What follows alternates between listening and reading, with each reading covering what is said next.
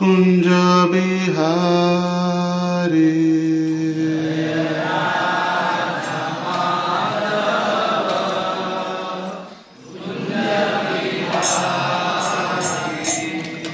जय राधा माधव कुंज बिहारी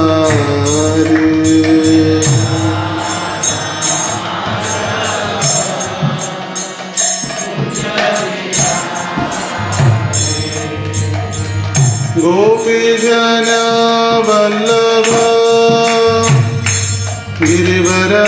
गिरिवरधारी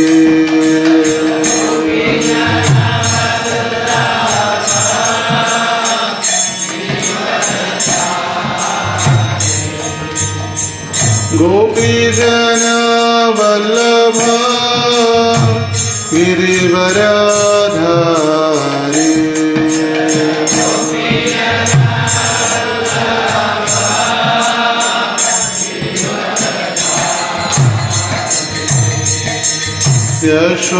यशोदानंदन ब्रज जनरंजन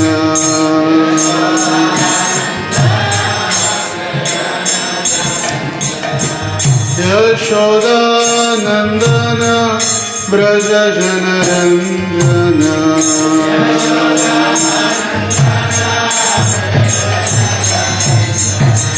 यमुना तीर वनचारी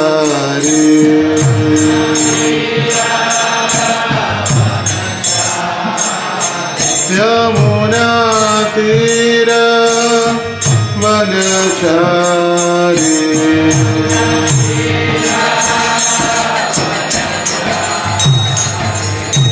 जय राधा माधव जय कुंज बिहारी जय राधा माधव जय कुंज जय राधा माधव जय कुंज बिहारी जय कुंज बिहारी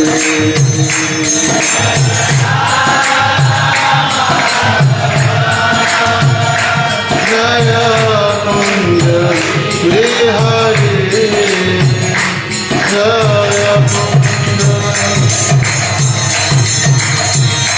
जय गोपी जन वल्लभ जय गिरिवरधारी जय गिरिवरधारी गोपी जन वल्लभ जय गिरिवरधारी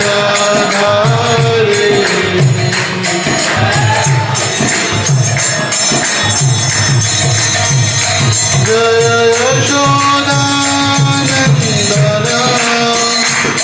जय ब्रज जनरंजन जय ब्रज जनरंजन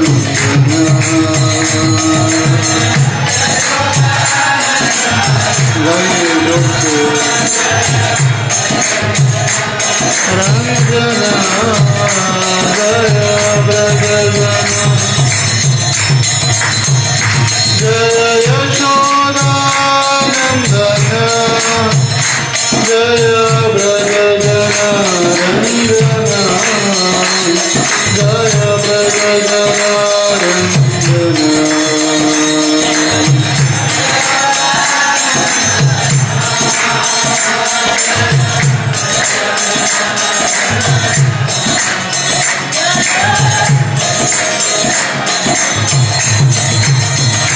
जय यमुना तीर वनचारी जय कुंज बिहारी जय कुंज बिहारी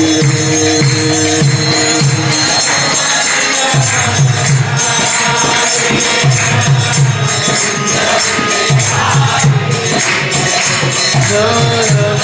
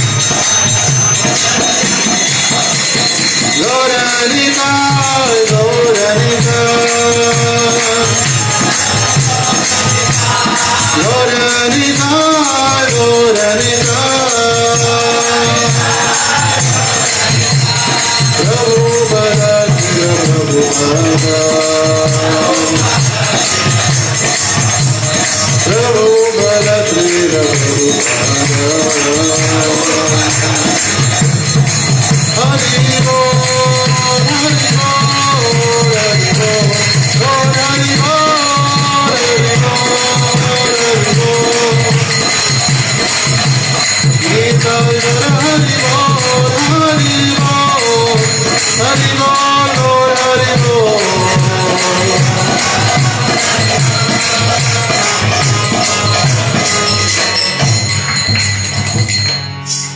नाम संकीर्तन की जय। श्री श्री राधा दामोदर की जय। ग्रंथराज श्रीमद् भागवतम की जय। समवेत गौर भक्त वृंद की जय। निताय गौर प्रेमानंदे। ओम नमो भगवते वासुदेवाय।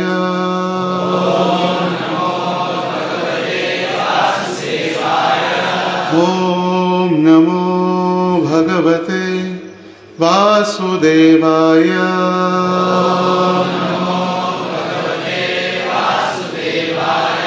ओम नमो भगवते वासुदेवाय।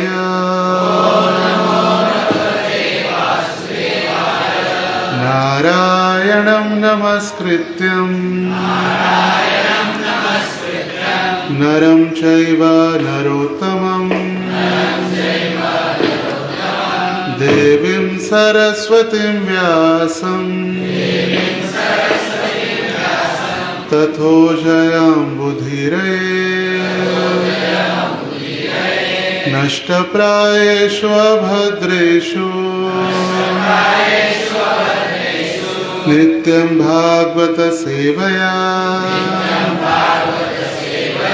भगवतीरुत्तम श्लोके भक्तिर्भवति नैष्ठिकीम्। कृष्णाय वासुदेवाय देवकी नंदनाय च नंदगोपः कुमाराय गोविंदाय नमो नमः। हरे कृष्ण। हम पढ़ रहे ग्रंथराज श्रीमद् भागवतम स्कंद 10 अध्याय 10 और श्लोक संख्या 38।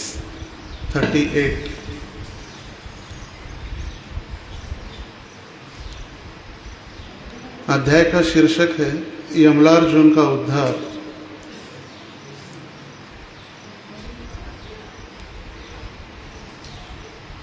कृपया मेरे पीछे दोहराइए।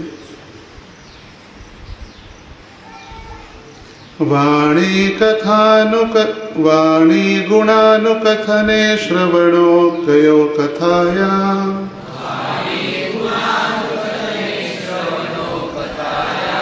हस्तौ च कर्मसु मनस्तव पादयोर्न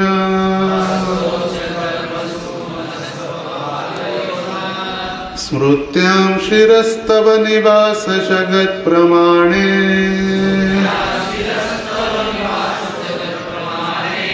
दृष्टिं सता दर्शनेस्तु भवत्तनूनाम्। वाणी गुणानुकथने श्रवणो कथाया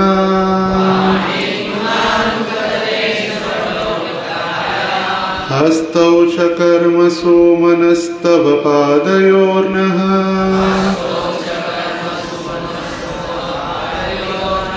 स्मृत्यां शिरस्तव निवास जगत्प्रमाणे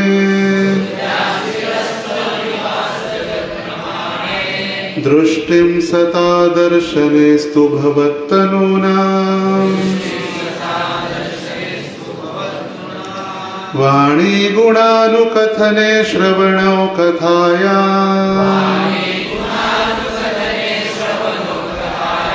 हस्तौ च कर्मसु मनस्तव पादयोर्नः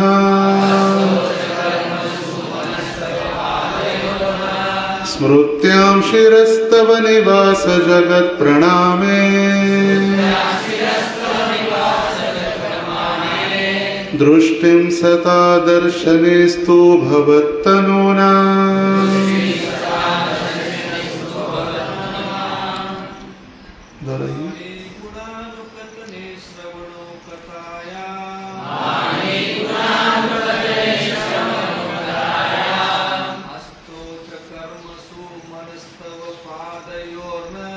हस्तौ च कर्मसु मनस्तव पादयोर्नः श्रुत्यां शिरस्तव प्रणामे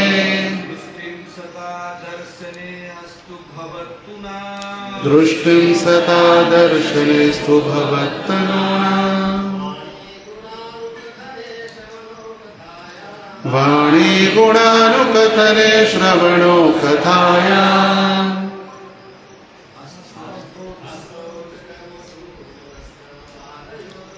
हस्तौ च कर्मसु मनस्तव पादयोर्नः स्मृत्यां शिरस्तव निवास जगत्प्रणामे दृष्टिं सता दर्शनेस्तु भवत्तनूना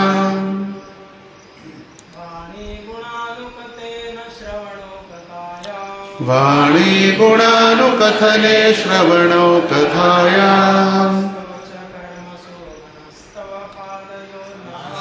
हस्तौ च कर्मसु मनस्तव पादयोर्नः स्मृत्यां शिरस्तव निवास जगत्प्रणामे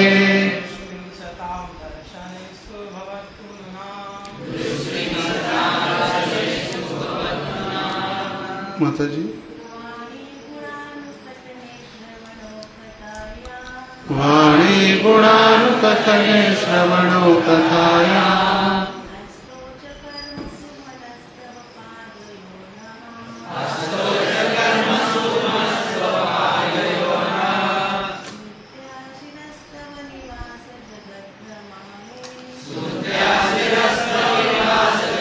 प्रणाम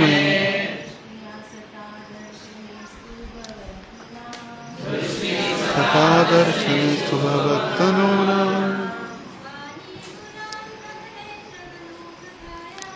वाणी गुणानुकथने श्रवणो कथाया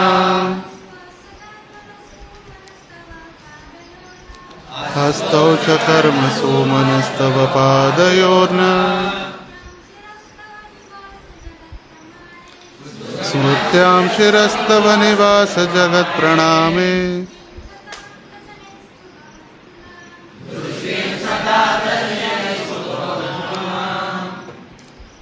शब्दार्थ दोहराइए। वाणी शब्द बोलने की शक्ति, गुण अनुकथने सदैव आपकी लीलाओं के विषय में बातें करने में व्यस्त,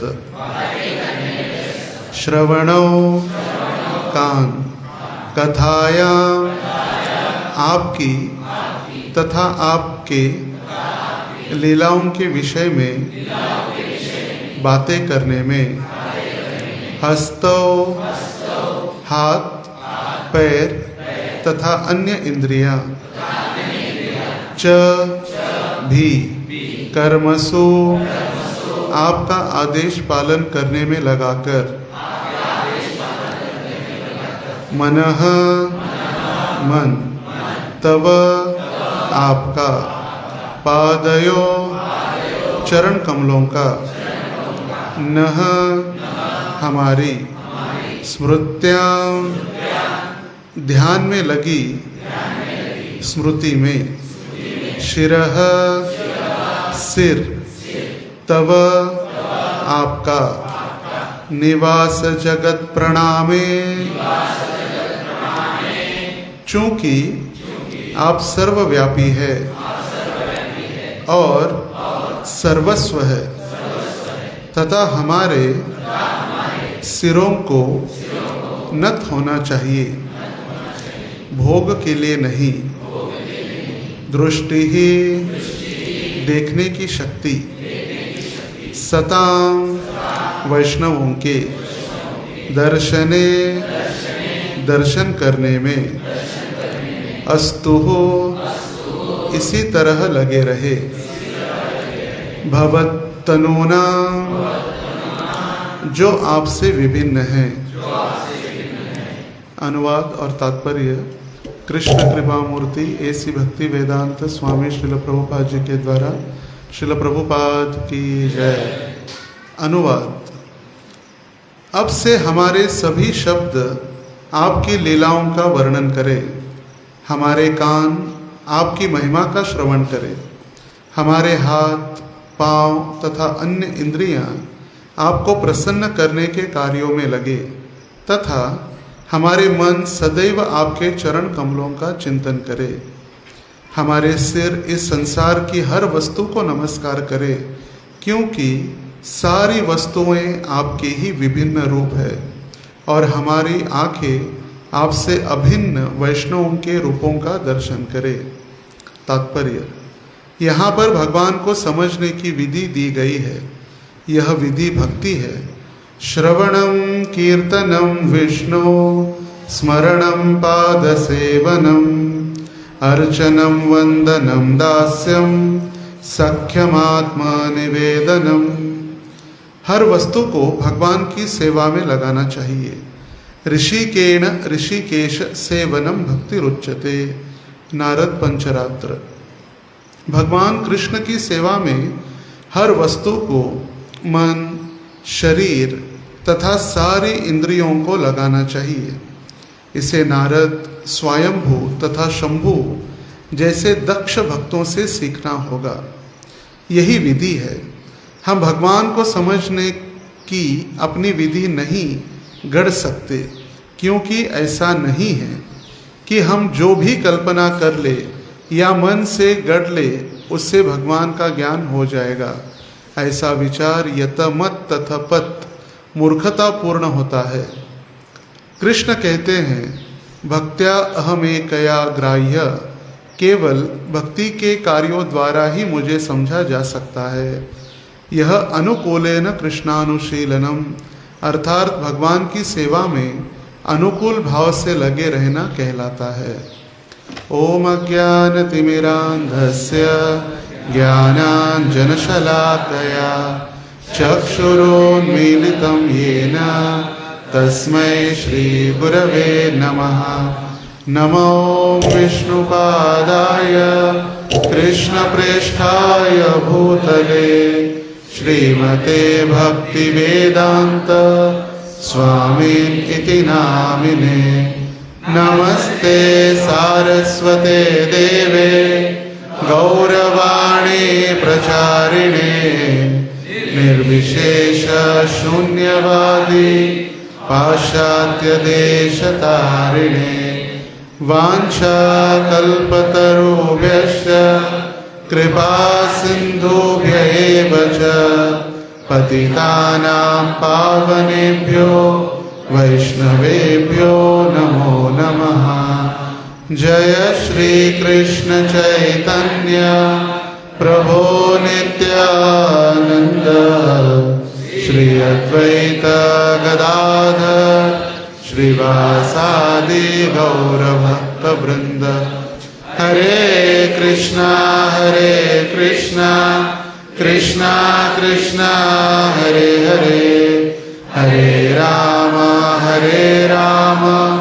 राम राम हरे हरे। हरे कृष्ण। सभी भक्तों का आज के इस रविवारी कार्यक्रम में हार्दिक स्वागत है। आज हम चर्चा कर रहे हैं ग्रंथराज श्रीमद् भागवतम दशम स्कंध, जो भगवान का मुखारविंद है, भगवान का चेहरा। और भगवान का चेहरा इतना सुंदर है, उतनी ही उनकी बाल लीलाएं भी सुंदर है। और इस दशम स्कंध के अंतर्गत ये 10वां अध्याय का शीर्षक भी है यमलार्जुन वृक्षों का उद्धार। ये वही वृक्ष है जिनका उद्धार करने के उपरांत कृष्ण या श्याम सुंदर उनको दामोदर नाम से वो प्रसिद्ध होने लगे, या इसी लीला से वो दामोदर कहलाने लगे। दाम और उदर, जिनके पेट पर रस्सी बांधकर यशोदा ने उनको उखल से बांधने का प्रयास किया। और ये लीला हमने कई बार सुनी है, दामोदर लीला, कि भगवान श्री कृष्ण ने माखन चोरी करने के लिए जब हांडी फोड़ी, अपने बंदरों को खिलाया, ग्वाल मित्रों को खिलाया, फिर स्वयं खाने लगे। फिर एक दिन दिवाली का दिन था, माता यशोदा प्रातः काल ब्रह्म मुहूर्त में अपने घर के कार्यों में लगी थी। और उस दिन दिवाली थी, इसीलिए बहुत सारे जो सेवक थे उस दिन नंद भवन या गोकुल में सेवा के लिए नहीं आए थे। तो यशोदा भगवान श्री कृष्ण को दूध पिलाते पिलाते जब उसने देखा कि चूल्हे के ऊपर जो रखा हुआ दूध है वो उफन कर नीचे गिर रहा है चूल्हे के अंदर, तो उस दूध को उतारने के लिए यशोदा गई, भगवान श्री कृष्ण को नीचे रखा। फिर भगवान क्रोधित हो गए। अखिल ब्रह्मांड के स्वामी राजाधिराज महाराज 1008 द्वारकाधीश या कृष्ण ब्रह्मांड के स्वामी, उनको दूध पिलाते पिलाते यशोदा ने नीचे रख दिया। और इस क्रोध के कारण भगवान श्री कृष्ण ने घर में पूरा आतंक मचा दिया। घर में जितने दही, दूध और मक्खन के मटके थे वो फोड़ने लगे। और फिर वही भगवान क्रोधित थे, अभी वो डर गए हैं। और डर के मारे यशोदा के हाथ में जो छड़ी उन्होंने देखी, तो जिनको देखकर या जिनके नाम से असंख्य अनंत कोटि ब्रह्मांड भयभीत रहते हैं, जैसे सूर्य और चंद्र कृष्ण के भय से उदित होते हैं, अस्त होते हैं, ये वायु हवा भगवान के भय से बहती है। और वो भगवान एक छोटी सी छड़ी देखकर अपने माता के हाथ में अभी डर गए और डर के मारे रोना प्रारंभ कर दिया। आँख का सारा काजल पहुँचने लगा। फिर जैसे तैसे पूरा दिन भागा दौड़ी के बाद कृष्ण हाथ में पकड़े गए यशोदा के द्वारा और यशोदा ने उनको बांध दिया। बांधने के बाद सायंकाल में जब वही वो उखल को लेकर भगवान श्री कृष्ण गोकुल में ही अपने भवन से बाहर निकलने के बाद दो वृक्ष यमलार्जुन, जो कुबेर के दो पुत्र नलकुवर और मणिग्रीव थे, इन दोनों का भगवान ने उद्धार किया। ये दोनों वृक्षों के बीच बराबर भगवान उखल लेकर आए और जोर जोर से धक्का देने लगे। और जैसे एक बार जोर से झटका दिया तो दोनों वृक्ष धड़ाम से नीचे गिर गए। और उस वृक्षों में से दो सुंदर देवताओं के समान दो व्यक्ति प्रकट हुए और वो दोनों हाथ जोड़कर भगवान की स्तुति करने लगे, भगवान का यशोगान करने लगे। और ये सारा सिर्फ बच्चे देख रहे थे, जो भी छोटे बच्चे थे, क्योंकि यशोदा और सारे घर के बड़े बुजुर्ग अपने अपने कार्यों में व्यस्त थे। मगर जब आवाज़ आने लगी जोर से, तब फिर सारे भाग कर आए, देखा कृष्ण कहाँ है। तो कृष्ण दोनों वृक्षों के बीच उखल से बंधा हुआ ही है और उखल बाहर खींच के लेकर आया है। और फिर सारे बच्चे कहने लगे वहाँ पर, पता है ये दोनों वृक्ष कृष्ण ने गिराए। यशोदा और सारे भक्तों को लग रहा था कि अपने आप गिरे हैं। ये बच्चे बता रहे कृष्ण ने गिराए, क्योंकि कृष्ण ने इन दोनों पेड़ों के बीच जब उखल को अटका के जोर से धक्का लगाया और उनको गिरा दिया वृक्षों को। और फिर बच्चे आगे कहने लगे कि इन वृक्षों से दो प्रसिद्ध ऐसे एक सुवर्ण वर्ण के दो देवता के समान व्यक्ति प्रकट हुए और वो हाथ जोड़कर कृष्ण से स्तुति करने लगे। और ये जब बातें सुने तो उनको लगा बच्चे कुछ भी बड़बड़ाते रहते, भले वो सत्य था, फिर भी यशोदा और सारे जितने भी भक्त थे उनको कोई भी विश्वास नहीं हुआ। वो कहने लगे नहीं ये सारा झूठ है, चलो कृष्ण को लेके निकलते हैं। तो जो ये यमलार्जुन वृक्ष के से प्रकट हुए थे दो पुत्र कुबेर के, नलकुवर और मणिग्रीव, ये अपने पिता के ऐश्वर्य के द्वारा प्रमत्त हो गए थे, अंध हो गए थे, अंधे। व्यक्ति सिर्फ अंधा आंखों से नहीं होता, अलग अलग कारण से व्यक्ति अंधा हो जाता है। कामांध, धनांध, लोभांध। तो अभी ये दोनों अपने पिता का जो ऐश्वर्य था, कुबेर सर्वसाधारण स्थान नहीं है। कुबेर देवताओं के खजानजी है, ट्रेजरर, और सारे देवताओं का खजीना उनके पास है। तो देखिए कितनी बड़ी व्यक्ति होगी। हमारे पास थोड़ा बैंक के मैनेजर बन जाते तो हमको लगता है पूरी बैंक ही हमारी है, मगर by the end of the day वो सारा लिख के उनको जमा करना ही होता है। अब देखिए जैसे जैसे बैंकिंग समय, जब दोपहर में बैंक बंद होने के समय के पहले से ही वो क्लोजिंग करना चालू कर, जिससे कि जल्द से वो बंद करे, पैसा गिन के रखे। कभी कभी आप लाइन में खड़े फिर वो पैसा गिनते रहते हैं, हमको लगता है कि बहुत व्यस्त है, मगर वो जाने की तैयारी कर रहे हैं। जैसे रेल विभाग में भी 2 ड्यूटी होती है, 2 शिफ्ट में, सुबह 8 से 2 और फिर 2 से रात के 8। तो 1-1:30 बजे के बीच में आप जो बोलेंगे 5 मिनट रुको, गिनते रहते हैं। 2 बजे उनको ड्यूटी शिफ्ट करना है और सारी जितनी भी धनराशि एकत्रित की है वो जमा करके जानी है। अमाउंट जो रिसिप्ट निकलती है, टोटल कलेक्शन और अमाउंट। मगर यहाँ ये देवताओं के खजानजी कुबेर, इनके 2 पुत्र और अपने पिता के ऐश्वर्य पर, बड़े बाप के बिगड़े हुए बेटे जैसे हम कहते हैं, तो ये बड़े बाप के 2 बेटे एकदम बिगड़े हुए थे और इनका खास संबंध शिवजी से था।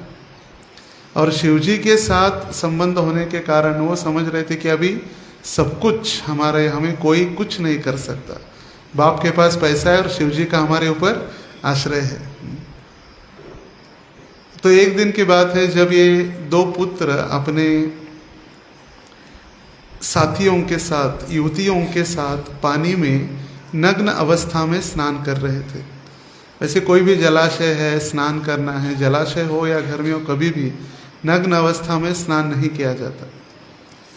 मगर ये दोनों एकदम कामांध और धनांध होकर उनको लग रहा था कि हमें कोई पूछने वाला नहीं है, और दोनों स्नान कर रहे थे नग्न अवस्था में। और जब वहाँ से नारद मुनि गुजरे तो उन स्त्रियों ने तो अपना शरीर ढक लिया, वो डर गए। अचानक से साधु एक हमारे सामने आ गए, मगर ये तो दोनों कामांध थे, धनांध थे, और मदिरा पान करने के कारण उनको कोई ध्यान नहीं था। और फिर नारद मुनि ने सोचा इनको कुछ दंड या कृपा करनी चाहिए, और साधु का दंड भी कृपा ही होती है। साधु का दंड भी हमारे लिए कृपा ही है। तो दंड दिया उनको कि आप क्या बनो, वृक्ष बन जाओ, पेड़ बन जाओ। आपको कपड़े पहनने की आवश्यकता नहीं है, या कभी कपड़े सिलाने की आवश्यकता नहीं है, या रेडीमेड गारमेंट्स की भी आवश्यकता नहीं है। देखो पेड़ कभी कपड़े पहनते हैं क्या? नहीं। बारिश हो, सर्दी हो, धूप हो, ऐसे नहीं कि उनको भी सर्दी लगती है इसलिए फिर वो रेनकोट ले लेते हैं बारिश के समय, नहीं। या छाता खोल के कोई पेड़ बैठ जाता है, नहीं। जैसे उनकी आदत है ऐसे खड़े होने की, ऐसे वो हमेशा के लिए खड़े हो जाते हैं पेड़। तो ध्यान रखिए, अगर हम ज़्यादा ही नग्न दर्शन कर रहे तो हमें फिर पेड़ बनने का अवसर प्राप्त हो सकता है। तो प्रभुपाद जी कहाँ करते हैं, जो पेड़ है आजकल दिखते हैं ऐसे खड़े हैं, ये पुराने ज़माने कभी नग्न अवस्था में घूम रहे थे, इसीलिए अभी फिर ये पेड़ बन गए सारे। तो फिर उनकी जब उनको श्राप मिला कि पेड़ बनेंगे, तब उनका ध्यान जग गया और बुद्धि तुरंत चलने लगी। सॉरी, फिर है ही सॉरी, कुछ भी हो जाता है तो बोले क्षमस्व, हमें माफ़ कर दीजिए, हमने आपके चरणों में अपराध किया। बोले ठीक है, अभी तो श्राप तो दे दिया है, मगर एक हो सकता है कि आपको भगवान के सुंदर विग्रहों का दर्शन, और आप पेड़ बनेंगे भगवान के ही महल के पास, और स्वयं भगवान बाल लीला अब जब वृंदावन में करेंगे तब आपका उद्धार भगवान स्वयं करेंगे। तो इससे और बेनेडिक्शन क्या हो सकता है? अगर शरीर छोड़ने के बाद भी हमें जन्म मिल रहा है किसका? पेड़ का, और वो भी भगवान के पड़ोसी बनकर, भगवान के बाजू में। जैसे महाराज जी एक बार बता रहे थे, जितने भी ये सारे इधर पड़ोसी है ये भगवान के पड़ोसी है, दामोदर के पड़ोसी।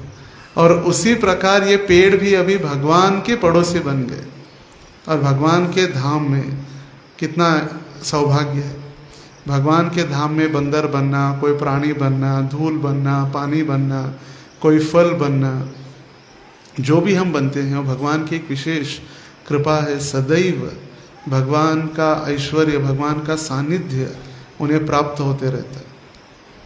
एक बार चैतन्य महाप्रभु ने प्रश्न पूछा हरिदास ठाकुर को, हे हरिदास, आप तो नाम जप कर रहे, आपका उद्धार होगा, मरे सारे बाकी के जीवों का उद्धार कैसे होगा?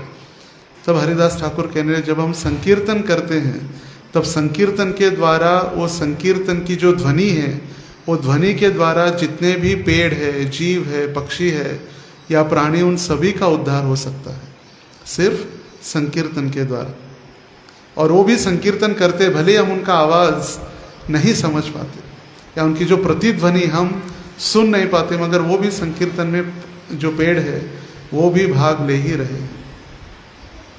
और जब ये स्तुति करने लगे, दो यमलार्जुन के वृक्ष या नलकुवर और मणिग्रीव जब भगवान की स्तुति करने लगे, उन स्तुतियों की श्रृंखला का ये सबसे अंतिम श्लोक है। ये दामोदर लीला के बाद जब उखल बंधन लीला हुई, फिर भगवान ने उन दोनों वृक्षों का उद्धार किया, दोनों प्रकट हो गए और प्रकट होकर अपनी स्तुति भगवान के चरणों में अर्पित करने लगे।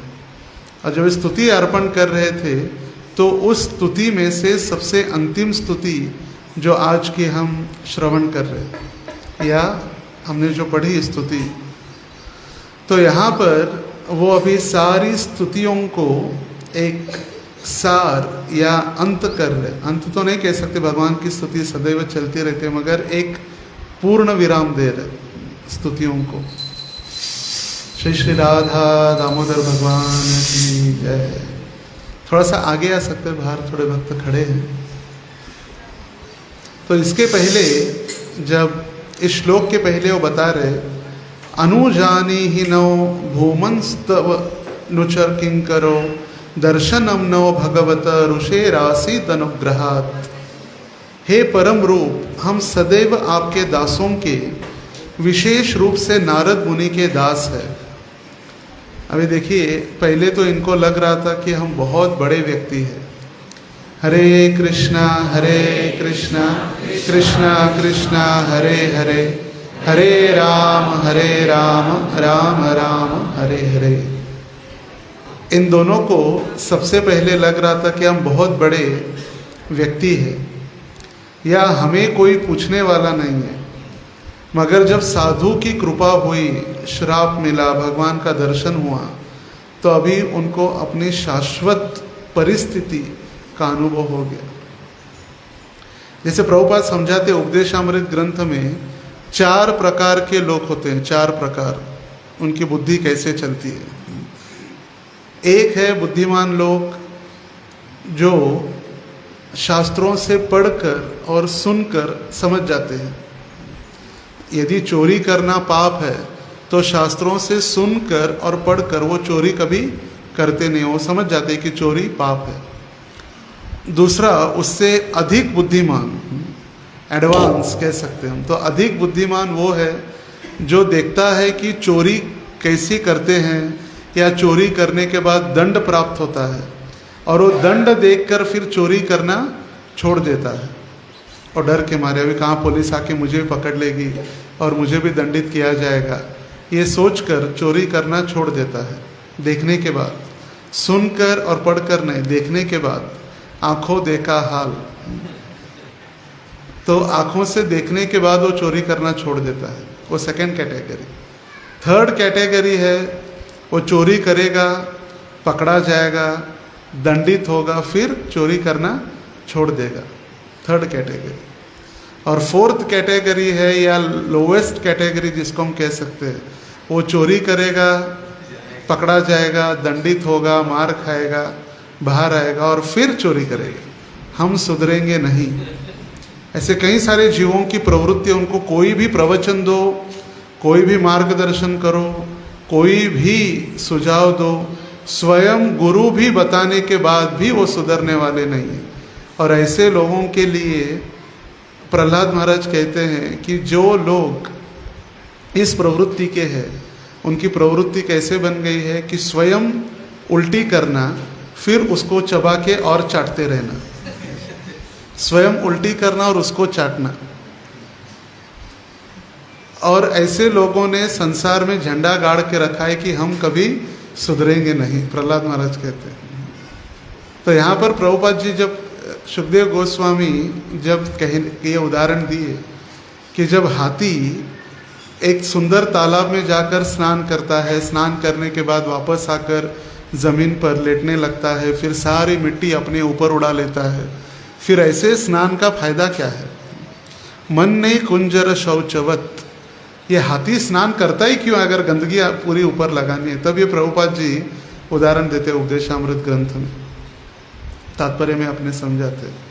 और फिर वो ऐसा एक तपश्चर्या क्यों करते हैं? अटॉनमेंट जिसको कहते हैं ना, तपश्चर्या, कोई भी गलती होने के बाद उसको सुधारने के लिए तपस्या।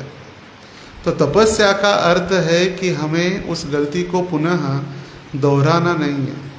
ऐसे नहीं कि हम गलती करें, फिर वो दोहराए, फिर गलती करे, फिर तपस्या करे, फिर सॉरी कहे, फिर गलती करे, उसको कोई काम की नहीं। फिर वही हो गया हाथी के स्नान जैसा, स्नान करना मिट्टी लगाना, स्नान करना मिट्टी लगाना।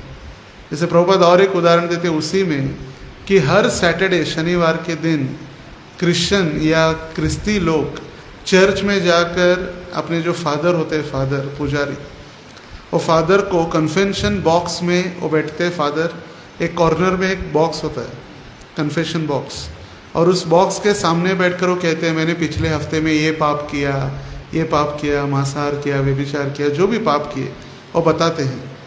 वो बताने के बाद उनको लगता है हम अभी उस पाप से मुक्त हो गए, मगर नियम ये है कि बताने के बाद उस दिन से वो पाप नहीं करना है, तब जाके आप मुक्त हो सकते हो उस पाप से।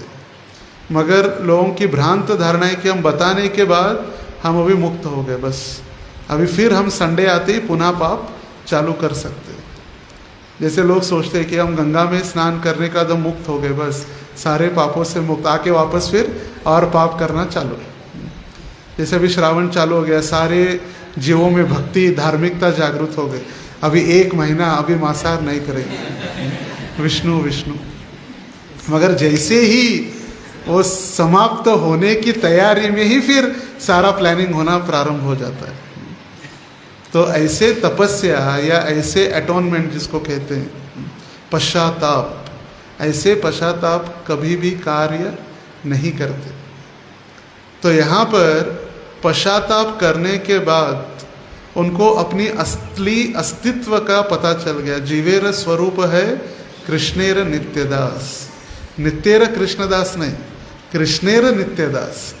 जैसे हम अभी पढ़ रहे थे, कई भक्त प्रणामे के बजाय प्रमाणे कह रहे थे। प्रमाणे नहीं है, वो प्रणामे है, प्रणाम कर रहे। हम कभी कभी ऐसे ही शब्द देखते हैं कि हमको लगता है वो वही शब्द है, भले उसमें अंतर है। प्रणामे मतलब प्रणाम करना, और प्रमाणे मतलब बराबरी। तो यहाँ पर वो कह रहे परम भगवान, हम सदैव आपके दासों के, विशेष रूप से नारद मुनि के दास है। क्यों?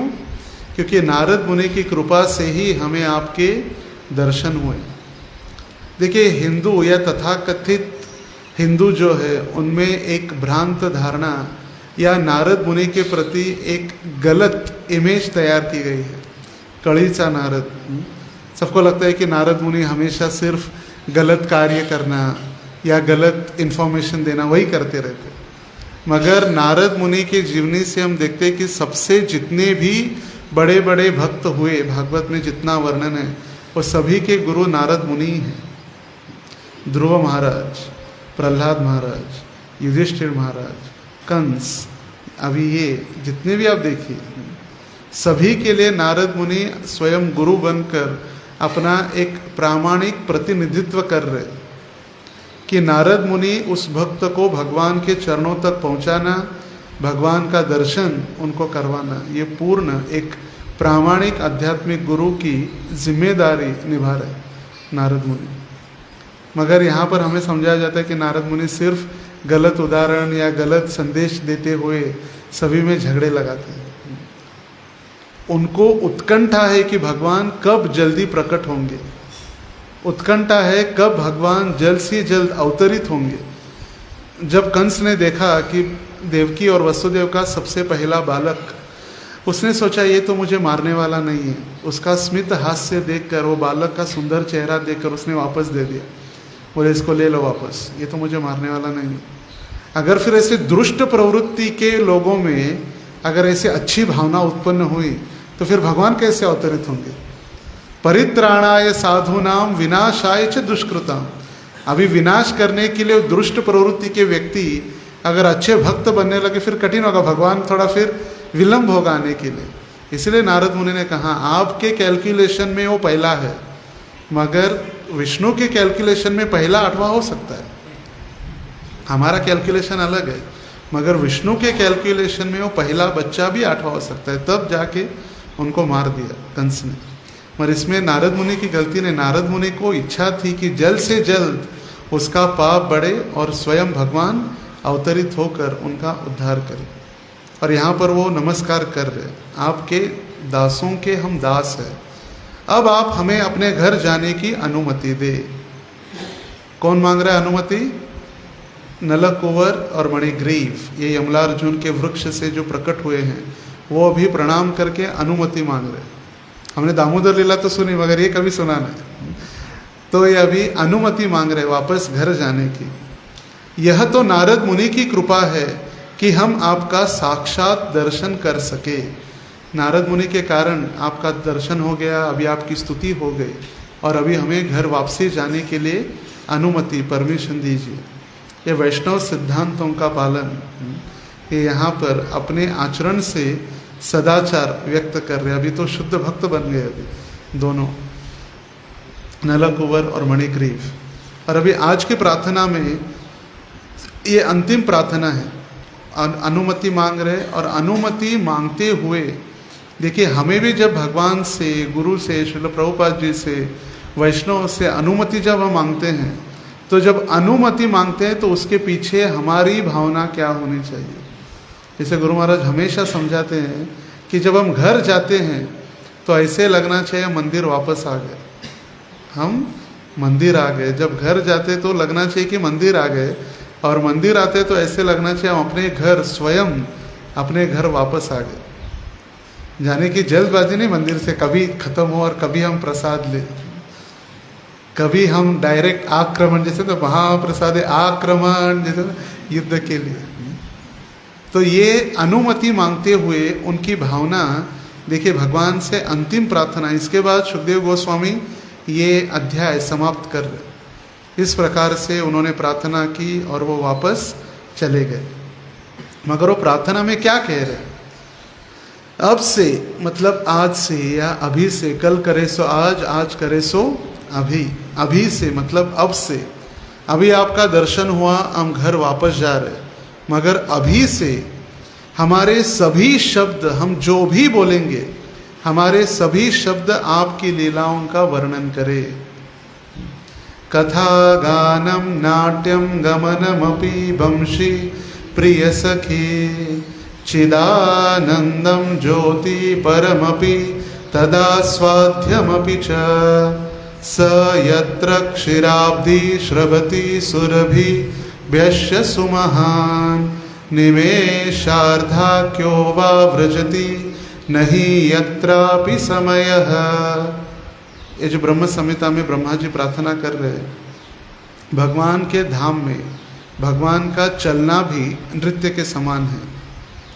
भगवान के लिए बोलना या भगवान का बोलना मतलब क्या है? गायन है। कथा गानम नाट्यम गमनमपि वंशी प्रिय सखी, भगवान की लीलाओं का वर्णन कर। और वही अभी ये कह रहे हम जो भी बोलेंगे तो क्या बोलना चाहिए हमें? अभी कृष्ण की लीलाओं का वर्णन करें। दो चीज़ें हैं, एक तो कृष्ण की विषय में और यह है कृष्ण की सेवा के विषय में। दोनों कृष्ण लीला है, हमें ध्यान देना। कभी कभी हमें लगता है सिर्फ कृष्ण के विषय में सुनना या कृष्ण के विषय में ही बोलना कृष्ण कथा है। नहीं, कृष्ण के सेवा के विषय में भी बोलना कृष्ण कथा है। कृष्ण के विषय में और कृष्ण के द्वारा कही गई बातें। कृष्ण का डायरेक्ट कथन क्या है? भगवत गीता। और कृष्ण के विषय में मतलब क्या है? भागवतम। कृष्ण का और कृष्ण के विषय में, कृष्ण की वाणी भगवत गीता और कृष्ण के विषय में मतलब ग्रंथराज भागवतम। ये दोनों महत्वपूर्ण हैं। हमारे कान आपकी महिमा का श्रवण करे। अगर कानों का उपयोग करना है तो किसके लिए? आपकी महिमा का श्रवण करने के लिए, और कोई चीज़ें नहीं। और इसीलिए रूप गोस्वामी कहे, निंदा आदिशु रुदमिप्सित संग लब्ध्या। ऐसे भक्तों का हमें संग करना चाहिए जो कभी भी दूसरों की निंदा आदि मतलब ऐसे विषय में वो कभी लगे नहीं हैं। ये बहुत महत्वपूर्ण है। ये कौन बता रहा है? नल कुंवर और मणिग्रीव, और कोई सर्वसाधारण व्यक्ति नहीं बता रहे यहाँ पर।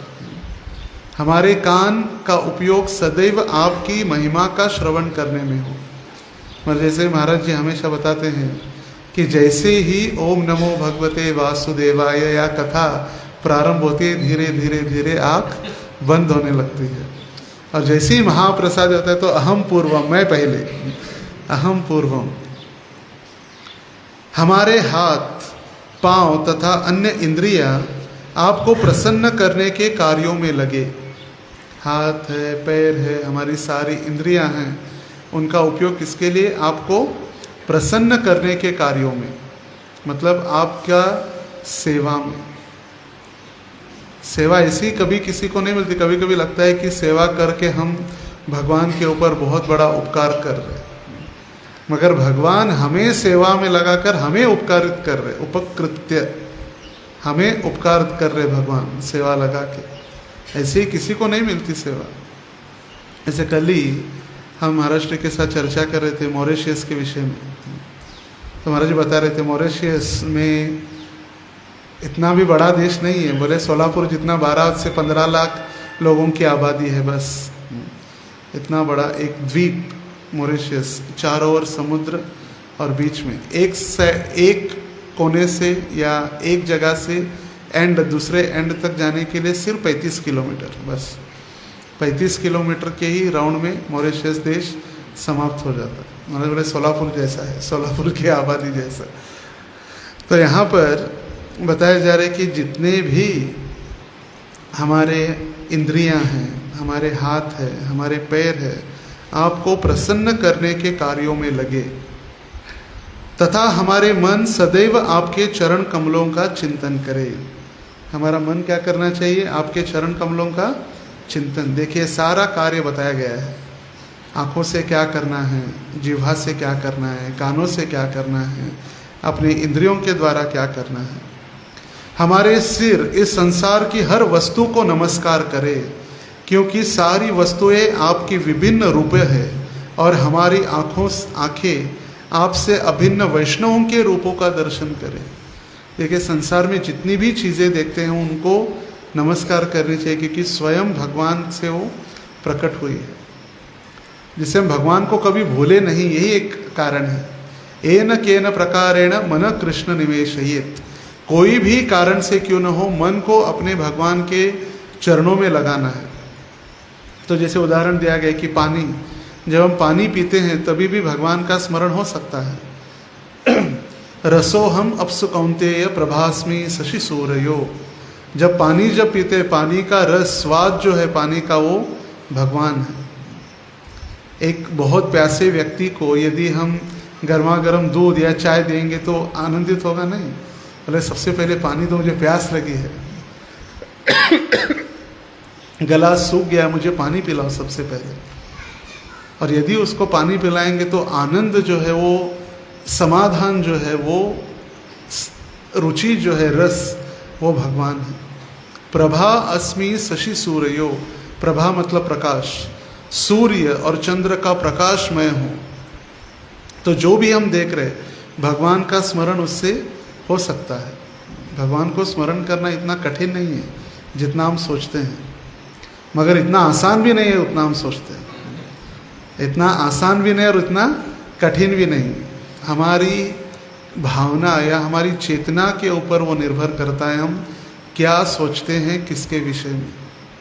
जैसे उदाहरण दिया गया, एक फूल जो है, एक लड़के के ऊपर, क्षमा कीजिए, एक लड़का या युवक रास्ते से जा रहा है, तो फूल को देखकर उसका चिंतन होगा कि ये मेरे मित्र या मेरे युवती जो मेरी मित्र है, उसको मैं यदि दूं तो कितनी प्रसन्न हो जाएगी। देखिए फूल एक ही है, वहाँ से एक साधु यदि जा रहा है तो वो साधु सोचेगा कि ये सुंदर पुष्प भगवान के चरणों में वो कितना सुंदर दिखेगा।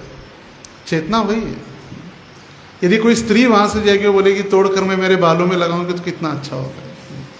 फूल वही है। कल ही मैं एक प्रभुपाद जी का कोट पढ़ रहा था। एक भक्त ने प्रश्न पूछा प्रभुपाद जी को कि प्रभुपाद जी ये जितने भी पुष्प है, ये फूल है, ये भगवान के चरणों में या भगवान की सेवा में उपयोग हो रहा है, उनका आगे चलकर उनका भविष्य क्या है, फूलों का भविष्य। तो प्रभुपाद जी कहे कि जिस पेड़ के ये पुष्प है वो पेड़ अगले जन्म में मनुष्य बनेगा और भक्ति करेगा। ये पेड़ भी क्या होगा, जिस पेड़ से पुष्प निकाले हैं, जिनकी सेवा प्रभुपाद जी या भगवान के चरणों में उनका उपयोग हुआ है, ये पुष्प जिस पेड़ से निकले हैं वो पेड़ अगले जन्म में तुरंत मनुष्य बनेंगे और भगवत भक्ति करना प्रारंभ हो जाएगा। देखिए पुष्प है तो हम तो अभी मनुष्य है, हम क्यों ना करें भक्ति। कहीं लगता है कि भक्ति करने के लिए बहुत समय, अभी तो बहुत कार्य बाकी है। अभी तो श्रावण है, नाग पंचमी है, फिर रक्षाबंधन है, भाई को प्रसन्न करना है, वो सब याद है, मगर भगवान अवतरित होने वाले जन्माष्टमी उसके लिए हमें बार बार फिर याद दिलाना होता है, संदेश भेजने होते हैं, प्रभु जी आइए, माता जी आइए, जन्माष्टमी। देखिए भगवान की प्रसन्नता के लिए जो पुष्प है वो भी मनुष्य शरीर प्राप्त कर सकते हैं। तो जो व्यक्ति भक्ति करेगा वो क्यों मनुष्य शरीर प्राप्त नहीं करेगा। अच्छी भक्ति करेगा तो भगवत धाम निश्चित जाएगा इसी जन्म में, मगर कदाचित उसकी भक्ति में थोड़ी बहुत कमतरता हुई या 1920 हुआ या कोई इच्छा रह गई, फिर भी वो अच्छा है कि मनुष्य बनेगा।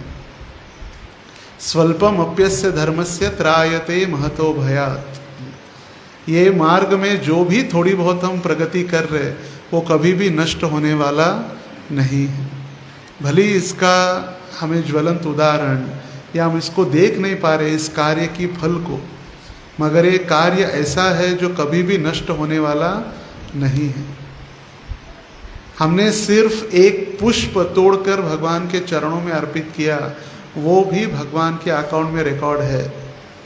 भगवान का अकाउंट से भगवान की टैली कभी ओवरलोड नहीं होती, कभी हैंग नहीं होता भगवान का कंप्यूटर। हमें लगता होगा अरे इतना कैसा हो सकता है। भगवान के पास ऐसी सिस्टम्स है, वो सब कुछ कर सकते हैं। हम क्या करते हैं, भगवान को हमारे दृष्टि से या हमारे बुद्धि से भगवान को मापने का प्रयास करते हैं, इसलिए गड़बड़ होती है। हमारे तरफ से हम जैसे वैसे भगवान की दो आँखें होगी नहीं। भगवान अंगानीयस्य सकलेन्द्रिय वृत्तिमन्ति पश्यन्ति पान्ति कलयन्ति चिरं जगन्ति आनंद चिन्मय सदुज्ज्वल विग्रहस्य गोविंदमादि पुरुषं तमहं भजामि। जब ब्रह्मा जी प्रार्थना कर रहे हैं अंगानि यस्य सकलेन्द्रिय वृत्तिमन्ति, भगवान कोई भी इंद्रियों के द्वारा कोई भी कार्य कर सकते हैं। आप यदि मसाला पप्पू भगवान को अर्पण कर रहे हैं तो भगवान आंखों से ही खाते हैं और भगवान को तीखा नहीं लगता। भगवान आंखों से खा सकते हैं, कानों से बोल सकते हैं, कोई भी इंद्रियों के द्वारा कोई भी कार्य कर सकते हैं। भगवान को कोई नीति नियम नहीं है। कभी कभी हमें लगता है अरे ऐसे कैसे हो सकता है, नहीं ये सब गलत है, ऐसे कुछ बड़ा चढ़ा कर कहा गया है। नहीं, स्वयं ब्रह्मा जी एक अधिकृत व्यक्ति कह रहे, ये कोई सर्वसाधारण शास्त्र या कोई ग्रंथ काल्पनिक दंत कथा नहीं। सर्व तेने ब्रह्म हृदय आदि कवये, सबसे पहले कवि जिनके हृदय में भगवान ने ज्ञान दिया वो भगवान की स्तुति कर रहे। जैसे देखिए स्त्री और पुरुष एकत्रित आने के बाद ही बच्चे या संतान जन्म लेते हैं, मगर जब वराहदेव अवतरित हुए, वराहदेव के जो सींग थे, दांत सामने के, सूंड के थे, सींग में सूंड, उसके ऊपर उन्हें सिर्फ पृथ्वी को रखा तो उनको पुत्र जन्म लिया, भौमासुर। बोले ऐसे कैसे हो सकता है। भगवान के सिर दर्शन मात्र से भगवान के दर्शन मात्र से सृष्टि, ये पृथ्वी अगर इतना अनाज या इतना हमें पैदा कर सकती है, तो फिर स्वयं भगवान क्यों कुछ नहीं कर सकते? भगवान सब कुछ करने में सर्वसमर्थ है। भगवान के इच्छा मात्र से ही सब कुछ हो रहा है। परास शक्तिर विदिदैव श्रूयते स्वाभाविकी ज्ञान बल क्रिया च। भगवान को अपने बल का उपयोग करने की कोई आवश्यकता नहीं। भगवान की सारी शक्तियाँ वो कार्य कर रही है। और अभी ये आगे कह रहे, हमारे सिर इस संसार की हर वस्तु को नमस्कार करे, क्योंकि सारी वस्तुएं आपके विभिन्न रूप है, इसीलिए हमें क्या करना चाहिए? नमस्कार करना चाहिए। और सबसे महत्वपूर्ण अंतिम बात ये कह रहे, दृष्टिम सता दर्शनेस्तु भवत्तनूनाम। और हमारी आंखें क्या करना चाहिए? आपसे अभिन्न वैष्णवों के रूपों का दर्शन करे। नलकुंवर और मणिग्रीव बता रहे वैष्णव कौन है? आपसे अभिन्न है, उनका हमें दर्शन हो। क्योंकि हमें लगता है कभी कभी वैष्णव तो ऐसे ही है, हमारे जैसे ही है, मगर वैष्णवेर क्रिया मुद्रा विज्ञेह न बुझाए। वैष्णव की क्रिया और मुद्रा से हम उनको कभी समझ नहीं पाते। और ये नलकुंवर मणिग्रीव भगवान से प्रार्थना करें, भगवान कभी भी हमारी आंखें क्या हो? आपसे अभिन्न वैष्णवों के रूपों का दर्शन करे। जैसे हम प्रार्थना करते हैं, जगन्नाथ स्वामी नयन पथगामी भव तुम्हें।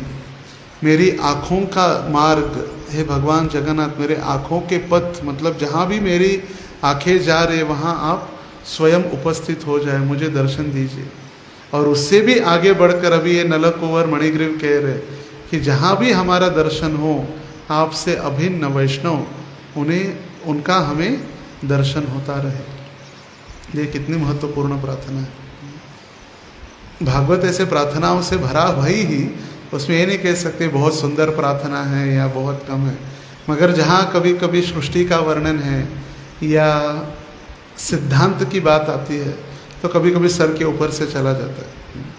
जैसे कहा गया सूर्य की गति, मैं कल भी बता रहा था, 1 सेकंड में सूर्य 60,000 मील उसकी गति है। सूर्य की गति 60,000 मील मतलब 1,20,000 किलोमीटर पर सेकंड सूर्य भाग रहा है।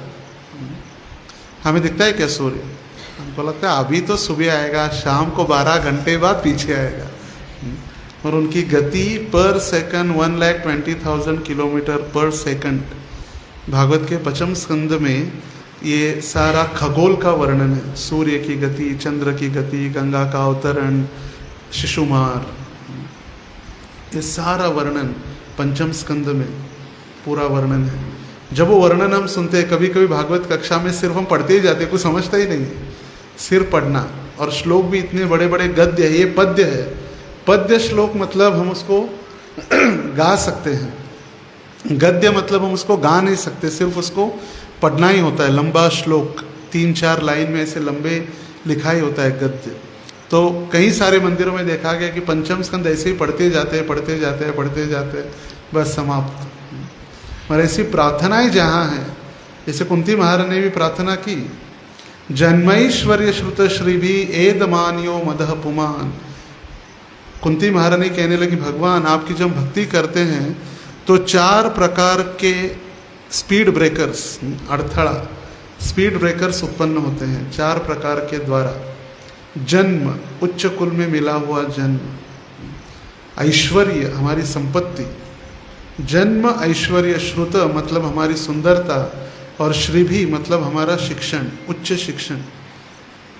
ये 4 चीज़ें हमें भक्ति में प्रगति करने में बाधाएं उत्पन्न करती हैं। जन्म, ऐश्वर्य, श्रुत, श्रीभी। मैं सबसे बड़े कुटुंब, मेरा जन्म है, हम बहुत बड़े ब्राह्मण हैं, हम 96 कुड़ी मराठा है, हम क्यों भक्ति करें? बहुत हमारा एक गर्व होता है हमारे जन्म पर। जन्म, ऐश्वर्य हमारी संपत्ति, हमारे पास करोड़ों की प्रॉपर्टी, हम क्यों भक्ति करें? हम तो सब कुछ खरीद सकते हैं, हम फ्लाइट से जा सकते हैं, हम एरोप्लेन खरीद सकते हैं, हमारे घर में 100-200 नौकर चाकर है, हम क्यों भक्ति करें? कोई भगवान वगैरह कोई नहीं, हम कमा रहे इसीलिए हम जी रहे, हमारा अधिकार है, हम कष्ट कर रहे, हमारे पास पैसा है। जन्म, ऐश्वर्य, श्रुत मतलब सुंदरता, श्रीभी, शिक्षण, मैं बहुत सुंदर हूँ, मिस वर्ल्ड, मिस यूनिवर्स, मेरे जैसा सुंदर कोई नहीं, मैं क्यों भक्ति करूँ? मेरे पीछे तो 100 दीवाने हैं, मैं क्यों भक्ति करूँ? मैं इतनी सुंदर हूँ। मरो सुंदरता हमेशा टिकने वाली नहीं है। जन्म, ऐश्वर्य, श्रुत, श्री भी, उच्च शिक्षण, मैं PhD हूँ, मैं इंजीनियर हूँ, मैं बीटेक हूँ, मैं एमटेक हूँ, मैं गोल्ड मेडलिस्ट हूँ, सब है, मगर मरने के बाद उसी 3/6 के गड्ढे में ही जाना है। कितनी भी बड़ी डिग्री, कभी कभी ऐसी डिग्री लगाते लोग, और विशेष रूप से जब शादी का कार्ड बनता है, सारी डिग्रियाँ उसमें लगा दी जाती है, उसका कभी कभी अर्थ भी समझना बहुत कठिन हो जाता है, सारी डिग्री है।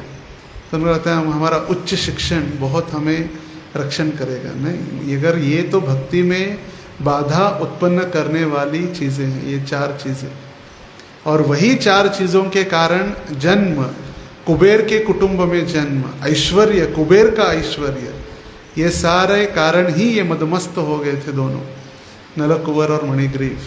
मगर नारद मुनि एक प्रामाणिक गुरु के आशीर्वाद से उनको अभी भगवान का दर्शन हुआ। भगवान के दर्शन के बाद उनको अपनी गलती महसूस हुई और उनका शाश्वत स्वरूप में आकर वो भगवान की अभी स्तुति करना उन्होंने प्रारंभ किया है। तो श्रील प्रभुपाद जी लिख रहे तात्पर्य में कि ये भक्ति करने के लिए भक्ति का वर्णन किया है। भक्ति मतलब क्या, इसका वर्णन है। यहाँ पर भगवान को समझने की विधि बताई गई है और वह विधि भक्ति है। सिर्फ भक्ति के द्वारा ही भगवान को समझा जा सकता है। हमारा पांडित्य, हमारा उच्च शिक्षण, जो भी हमने कहा, सुंदरता, ऐश्वर्य, इससे हम कभी भगवान को आकर्षित नहीं कर सकते। भगवान को आकर्षित करने के लिए एक ही मार्ग है, शुद्ध भक्ति। श्री कृष्णाकर्षिणी सह, भगवान को आकर्षित करने वाली शुद्ध भक्ति है। बाकी हमारा कोई कार्य हो वो भगवान को कभी आकर्षित नहीं कर सकता, सिर्फ शुद्ध भक्ति। इसीलिए हमें जो भी सेवाएं दी गई हैं या जो भी हम प्रचार कार्य कर रहे हैं, जो भी हम सेवा करने का प्रयास कर रहे हैं, वो भक्ति का एक अंग है। और वो सेवाएं करते हुए हमारी भावना भगवान को प्रसन्न करने की ही एक हो, वो है फिर अहेतुकी भक्ति, सिर्फ भगवान की प्रसन्नता के लिए। उसमें अपना पर्सनल हेतु या पर्सनल मोटिव कोई न होना, फिर वो मिश्र भक्ति हो गई, अहेतुकी नहीं।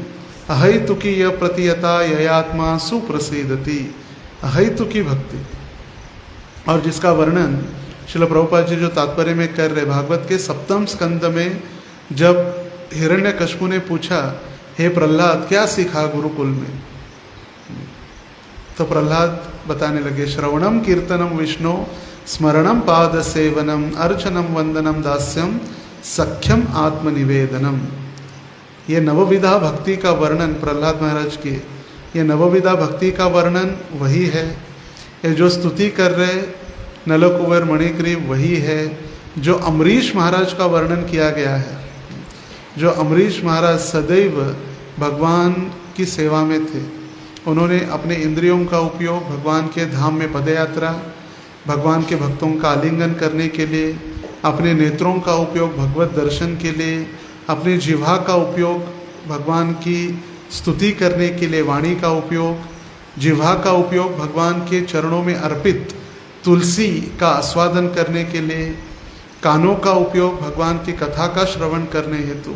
ये वही प्रार्थना, हम जहाँ भी जाएंगे पुनः पुनः में यही दिखेगा। हमारी सारी इंद्रियों को, जो भी हमारे पास है, तेरा सब कुछ अर्पण क्या लागे मेरा, कहने के लिए नहीं। हम कहते तो है तेरा सब कुछ अर्पण क्या लागे मेरा, ओम जय जगदीश हरे। अभी आरतियाँ चालू होगी श्रावण मास में, जोर जोर से सुनाई पड़ता है। मगर वो कब, जब जबरदस्ती हमसे छीन लिया जाता है, तब तेरा तुझको अर्पण, इच्छा से नहीं।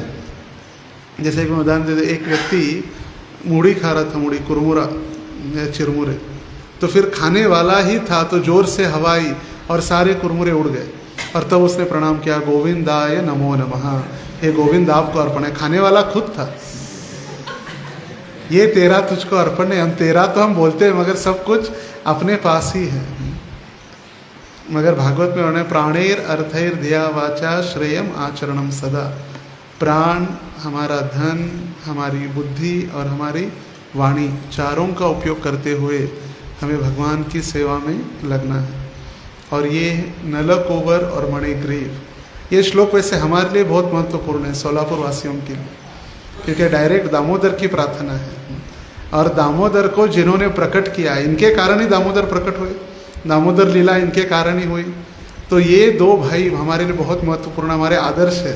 दामोदर के भक्तों के लिए आदर्श कोई है तो ये नलकुंवर और मणिग्रीव है, और इनकी प्रार्थना हमारे लिए महत्वपूर्ण है।